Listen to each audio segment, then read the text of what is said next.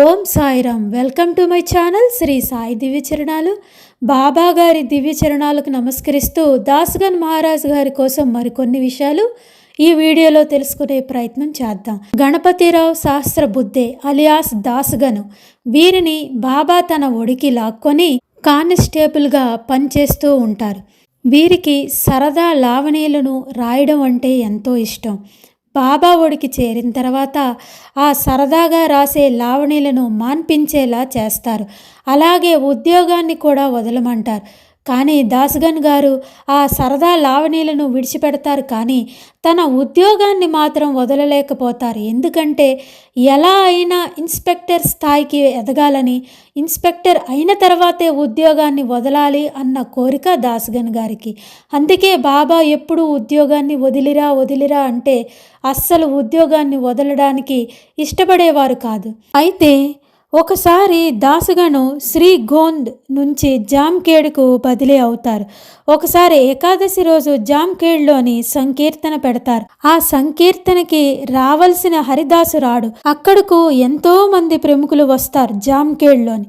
అందులో ఒకరు దాస్గన్ గారిని ఇలా అంటారు, గణపతిరావు, నువ్వు లావణీలు అని నీ సమయాన్నంతా కూడా వృధా చేశావు. నీకే కనుక కీర్తన వస్తే నువ్వే చేసేవాడు కదా, ఇంతమంది మేము నిరుత్సాహం పడేవారం కాదు అంటారు అతను. అయితే ఏదైనా ఏ విషయమైనా సరే ఒక ఛాలెంజ్గా తీసుకునేవారు. దాస్గన్ గారు ఇలా అంటారు, మీరు అవకాశం ఇవ్వకుండా ఊరికినే మాటలు అనడం కాదు, అవకాశం ఇస్తే కదా మీకు తెలుస్తుంది నాకు వచ్చో రాదో అని, కాబట్టి నాకు అవకాశం ఇచ్చి చూడండి అంటారు. ఇలా అంటారు ఆ పెద్ద మనిషి. ఏమిటి లావణీలు రాసే నువ్వు కథా సంకీర్తన చేస్తావా అంటే వచ్చే ఏకాదశికి మీరందరూ కూడా ఇక్కడ సిద్ధంగా ఉండండి, నేను ఏకాదశికి వచ్చి సంకీర్తన చేస్తాను అని చెప్తారు. అప్పటిదాకా లావణీలను రాసే దాస్గను సంకీర్తన చేస్తున్నారని తెలిసి విపరీతమైన జనం వస్తారు అక్కడకు. అయితే పాండురంగ విఠలుడు యొక్క భక్తుడైన దామాజీ జీవిత చరిత్రను చాలా అద్భుతంగా రాసుకొని సంకీర్తన చేయడానికి వస్తారు. ఆ దామాజీ జీవిత చరిత్రలో వచ్చేటటువంటి కరువు సమస్యను చెబుతూ ఆ కరువు కోసం దామాజీ ఏ విధంగా పాండురంగ విఠలుడిని ఏ విధంగా కీర్తించాడు, ఆ పాండురంగ విఠలుడు ఏ విధంగా దామాజీని కరుణించాడు అనే దానిని కీర్తన చేయడంతో అక్కడ ఉన్నవారు అందరూ కూడా మైమరిచిపోయి వింటూ ఉంటారు. అందరి కంటి నుంచి నీటి ధార జారుతూ ఉంటుంది. దామాజీ జీవిత చరిత్రను తాము కళ్ళతో దర్శించినంత అనుభూతి అక్కడకు వచ్చిన అందరికీ కలుగుతుంది. అక్కడ ఉన్న ప్రముఖులు అందరూ కూడా కీర్తన అయిపోయాక వారందరూ కరతాళ ధ్వనులతోటి అభినందించి దాసుగను కీర్తన చేసిన తర్వాత బయటికి నడిచి వస్తూ ఉంటే ప్రజలు అందరూ కూడా దాస్గన్ గారికి పాదాభివందనం చేస్తారు. అప్పుడు బయటపడతాడు అద్భుతమైన కీర్తనాకారుడు. అందుకేనేమో అంత అద్భుతంగా శ్రీ సాయినాథ స్థవన మంజరిని కూడా రాయగలిగారు. ప్రతిరోజు మనం ఈ సాయినాథ స్థవన మంజరి పారాయణం చేస్తే ఖచ్చితంగా భగవంతుడు దిగి వస్తాడు. పరమాత్మ అయిన సాయి అనుగ్రహం తప్పకుండా కలుగుతుంది. అందుకే సూక్ష్మంలో మోక్షం అంటారు శ్రీ సాయినాథ స్థవన మంజరి. అయితే దాస్గన్ గారిలో గొప్ప కీర్తనాకారుడు బయటకు వచ్చాడు. జామ్ఖేడ్లో జరిగిన ఈ సంకీర్తన నుంచి దాస్గన్ గారు మహాత్ముల చరిత్రలను రాయాలని తలంపు వస్తుంది. అదే విషయం బాబాను అడుగుతారు దాస్గన్ గారు. బాబా చెప్తారు, చాలా చక్కటి పని చేస్తానన్నావు గను, నిజంగా నీ జన్మ సార్థకతమవుతుంది, కానీ నీ పని నువ్వు చేయి అని బాబా ఒక మాట చెప్తారు. మంచిది గను, ఈ కార్యాన్ని ఇలాగే కొనసాగించు, కానీ నువ్వు నీ ఉద్యోగం వదిలేసి నీ సమయం అంతా కూడా మహాత్ముల చరిత్రలను రాయడానికి వినియోగిస్తే ఇంకా బాగుంటుంది అంటే దాస్గన్ గారికి అస్సలు నచ్చదు ఆ మాట. ఎలా అయినా ఇన్స్పెక్టర్ అయిన తర్వాతనే ఉద్యోగం వదులుదాం అనుకుంటారు. కానీ బాబా చాలాసార్లు చెప్తూనే ఉండేవారు. ఎప్పుడు దాస్గన్ గారు కనబడినా గణు ఎప్పుడు ఉద్యోగాన్ని వదిలేస్తున్నావు, ఇదే మాట మొదటి మాట బాబాగారు అడిగేవారు. అలాగే వదిలేస్తాను బాబా అనేవారు, కానీ ఉద్యోగాన్ని వదిలేవారు కాదు. ఒకసారి మాత్రం బాబా చాలా గట్టిగా చెప్తారు, అరే గణు, ఉద్యోగాన్ని వదులు, నువ్వు ఏవైనా బూట్లు తుడవడానికి పుట్టావా? నువ్వు చేయవలసిన మహత్కార్యాలు చాలా ఉన్నాయి, కాబట్టి నా మాట విను, ఆ ఉద్యోగాన్ని వదిలే. ఎందుకంటే ఏ తండ్రికైనా బాధ ఉంటుంది తన బిడ్డ మీద.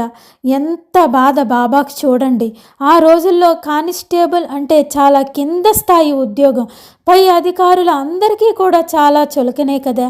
అందుకే తన బిడ్డ దాసుగను ఒక మహత్ కార్యాన్ని చేయడానికి పుట్టాడు కాబట్టి ఆ బిడ్డ పోలీసు ఉద్యోగంలో పడి బూట్లు తుడుస్తూ ఉంటే ఏ తండ్రికైనా నొప్పే కదా.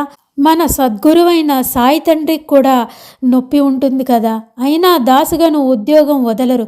ఒకసారి అంటారు దాసుగన్ గారు, బాబా ఉద్యోగం ఉంటే కదా నేను ఇప్పుడు రాస్తున్నాను, తినడానికి తిరగడానికి చేతిలో డబ్బులు ఉంటాయి, ఉద్యోగం లేకపోతే బాబా ఎలా బతకాలి అని అంటే బాబా ఇలా అంటారు, అరే గణు, దాని గురించి ఆందోళన నీకెందుకు, అంతా నేను చూసుకుంటాను. ఆ దేవుడికి నీ పట్ల చాలా కలవరం ఉంది గడు, నా మాట వినుగను, ఆ ఉద్యోగాన్ని వదిలే. బాబా చెప్పిన ప్రతిసారి ఇదే మాట. అలా నీ ఉద్యోగాన్ని వదలకుండా కీర్తనలు కూడా చేస్తూ ఉండేవారు. దాసుగన్ గారు ఏ ఊరికైనా వస్తున్నారా అని తెలిస్తే ఆ ఊరి పొలిమేరుల నుంచి ఆ ఊరి జనం వచ్చి తీసుకుని వెళ్ళేవారు. ఆ ఊరిలో కీర్తన ఉంటే ఆ ఊరిలో ఉన్నవారు వారి చుట్టూ ఉన్న బంధువులు పిలిపించుకునేవారు వాళ్ళ ఇంటికి, ఈరోజు మా ఊరిలో దాసుగన్ గారి కీర్తన ఉంది, మీరందరూ రండి అని పిలిచేవారు. అలాంటి స్థాయికి తీసుకొస్తారు బాబా. బాబా తలుచుకుంటే ఎక్కడ నుంచి ఎక్కడికి తీసుకువెళ్తారన్న విషయం మనకి ఇక్కడ అర్థమవుతుంది కదా. దాసుగన్ గారు ఏ అహంకారం కూడా రాకుండా, ఏ ధనాన్ని కూడా ఆశించకుండా వారు సేవ చేసేవారు. నిజంగా వీరి జీవితం అందరికీ ఆదర్శప్రాయం. ఒక కీర్తన చెయ్యాలి అంటే చాలా లోతుగా పరిశోధన చేయాలి. అయితే ఇన్స్పెక్టర్ పోస్ట్ కోసం కూడా పరీక్షలు రాయాలి అనుకుంటారు దాసుగన్ గారు. ఒక పక్క మహాత్ముల చరిత్రలు రాస్తూ ఉంటారు, ఒక పక్క కీర్తన చేస్తూ ఉంటారు, మరో పక్క ఇన్స్పెక్టర్ అవ్వాలని ప్రయత్నం చేస్తూనే ఉంటారు. ఆ పోలీస్ యాక్ట్ను కూడా ఒక కీర్తనలాగా రాసుకుంటారు. ఎందుకంటే ఒకసారి కీర్తన రాసుకొని ఒకసారి చదివితే తన మెదడులో ఉండిపోయేది దాసుగన్ గారికి. అందుకని ఆ పోలీస్ యాక్ట్ను కూడా కీర్తనలా రాసుకొని పాడుకుంటారు. అలాగే పరీక్షలు రాస్తారు, ఆ పరీక్షలు కూడా పాస్ అవుతారు దాసుగన్ గారు. ఆ తర్వాత నానాసాహెబ్ చంద్రకర్ గారు దాసుగను షిరిడీకి వచ్చి మసీదులో కూర్చుంటారు. చాలా హుషారుగా ఊగుతూ ఎంతో సరదాగా కూర్చుంటారు దాసుగన్ గారు. బాబా దాసుగన్ గారిని చూసి, ఏంటి గను చాలా హుషారుగా ఉన్నావు అంటే నాన్నగారు చెప్తారు, బాబా మీరేమో ఉద్యోగాన్ని వదిలేయమంటున్నారు, కానీ దాసుగన్ గారేమో పోలీసు ఉద్యోగంలో పరీక్షలు రాసి పాస్ అయ్యారు అని చెప్తారు. ఏంటి నాన్న, కాగితం పరీక్షల్లో పాస్ అయితే చాలా, వాడికి ఆ ఉద్యోగం రాదు, ఆ ఉద్యోగం వదిలేస్తాడు. బాబా పదే పదే ఆ మాట అంటూ ఉంటారని తన ఉద్యోగాన్ని వదలడం ఇష్టం లేక షిరిడీకి రావడం కూడా తగ్గించుకుంటారు దాసుగను. ఒకసారి ఉద్యోగరీత్యా కోపార్గం నుంచి అహ్మద్ నగర్ వెళ్ళవలసి వస్తుంది గుర్రం పైన. షిరిడి పొలిమేరల్లో గుర్తుకు వస్తుంది, అరే బాబా లెండి నుంచి వస్తారు, ఈ దారి నుంచి పోతే బాబా మళ్ళీ మనకు కనిపిస్తారు, మళ్ళీ ఉద్యోగం కోసం అడుగుతారు అని 2 గంటలు ఊరు బయట విశ్రాంతి తీసుకొని మధ్యాహ్నం గుర్రంపై ఎక్కి మళ్ళీ బయలుదేరుతారు దాసుగన్. సరిగ్గా షిరిడి పొలిమేరల్లో బాబా ఎదురవుతారు. గుర్రం దిగి బాబా గారి పాదాలకు నమస్కరిస్తారు. మళ్ళీ బాబా అడుగుతారు, ఏం గణో, ఏం చేస్తున్నావు, ఎన్నిసార్లు చెప్పినా నువ్వు ఇదిగో అదిగో అంటున్నావు తప్ప ఆ ఉద్యోగాన్ని వదిలే ప్రయత్నం నువ్వు చేయటం లేదు, నీకు మంచిగా చెప్తే అర్థం కావటం లేదు, భవిష్యత్తులో ఎన్నో ఇబ్బందులు నువ్వు ఆ ఉద్యోగంలో పడవలసి ఉంటుంది, కాబట్టి మళ్ళీ నన్ను నిందించుకో, నీకు ముందే చెప్తున్నాను అని అంటారు. అయితే ఎవ్వరికీ ఇంతగా బాబా చెప్పి ఉండలేదు. దాసుగన్ గారికే ఎన్నోసార్లు ఈ విధంగా ఉద్యోగాని కోసం వదిలేమని చెప్తారు.